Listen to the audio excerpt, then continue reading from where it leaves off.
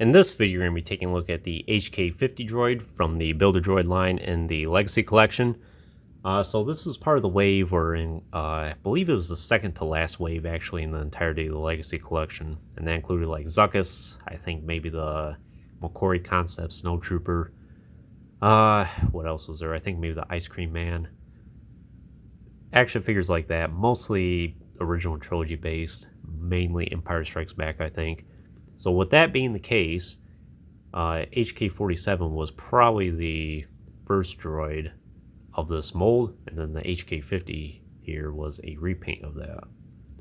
And we'll bring out HK-47 here real quick. I did do the video on him previously with the 2-pack in the TVC line with Darth Revan, or Jedi Knight Revan I should say, and then the HK.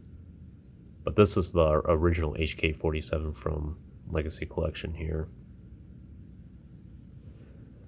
So I'm a big fan of the HK-50s because it's from my favorite Star Wars game, Knights of the Old Republic 2. If you recall, these droids, there's basically a whole army of them, and they're being manufactured on Telos in the Hidden Droid Factory. And then throughout your travels, basically every single planet that you visit in the game, you will encounter these HK-50 droids. Even in obscure places like Korriban, for instance, and Duxon, which is very interesting. They follow you wherever you go. They do show up more in the Restore Content mod, and that does lead to the mission where HK-47 infiltrates the factory building these, and then he shuts it down. But if you're just playing the vanilla version of the game, it will not have that mission, unfortunately. But there is the door that leads to that. That's still in the vanilla game, but it's incomplete.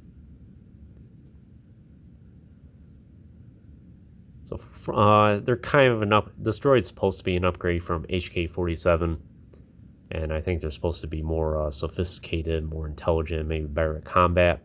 But obviously, who can replace HK-47 here? It's a great droid, great character. Definitely one of the fan favorites from both Knights of the Old Republic 1 and 2. And then in the end, he ends up coming out on top anyway. So like I said, this droid's just a straight repaint of 47. It's more of a shiny blue here, which is kind of interesting. I think the droid is more of a greenish color in game, but Hasbro opted for more of a blue. But that's alright because it still looks pretty nice. You could argue maybe that this is like the HK-51 droid. And we didn't really see a whole lot of those, but they do show up at the very end of the droid factory mission in game.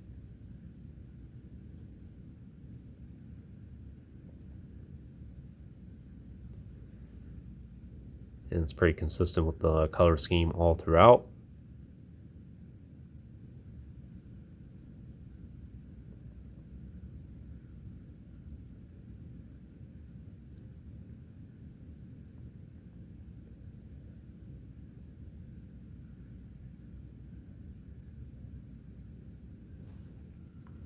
I do have 2 of these. I actually got these droids from Tungori years ago. He still has them for sale every now and then if you want to check out his website. But at the time, these were only like $7.99 each, and you could get a whole army of them when they were complete. But these days, it seems like Tungori is selling them for like $20 each, and they're missing their main accessory here.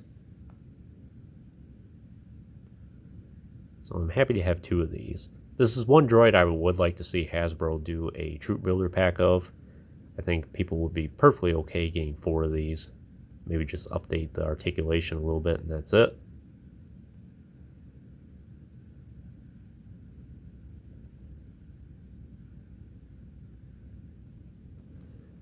And speaking of articulation, he does have the swivel at the neck, then swivel shoulders, then hinged elbows, swivel wrist.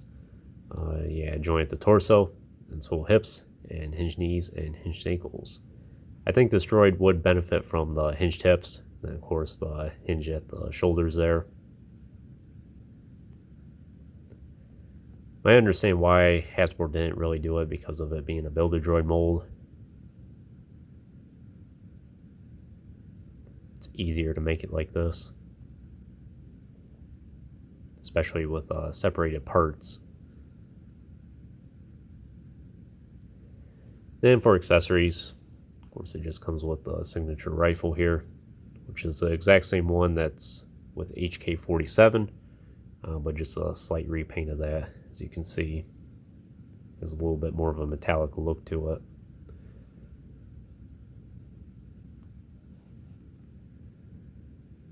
And he holds it well in both hands.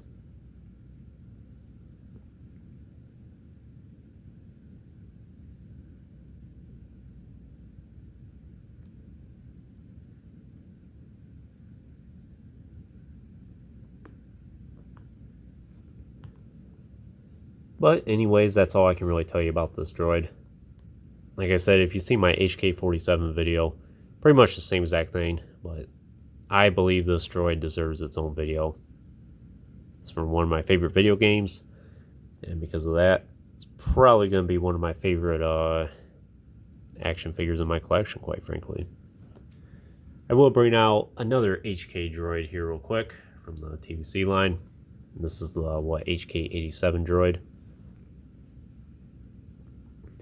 Now, once I get the release that's coming out here soon, where it has the more rusted out look to them from the Mandalorian series, I do plan to do a dedicated HK collection video.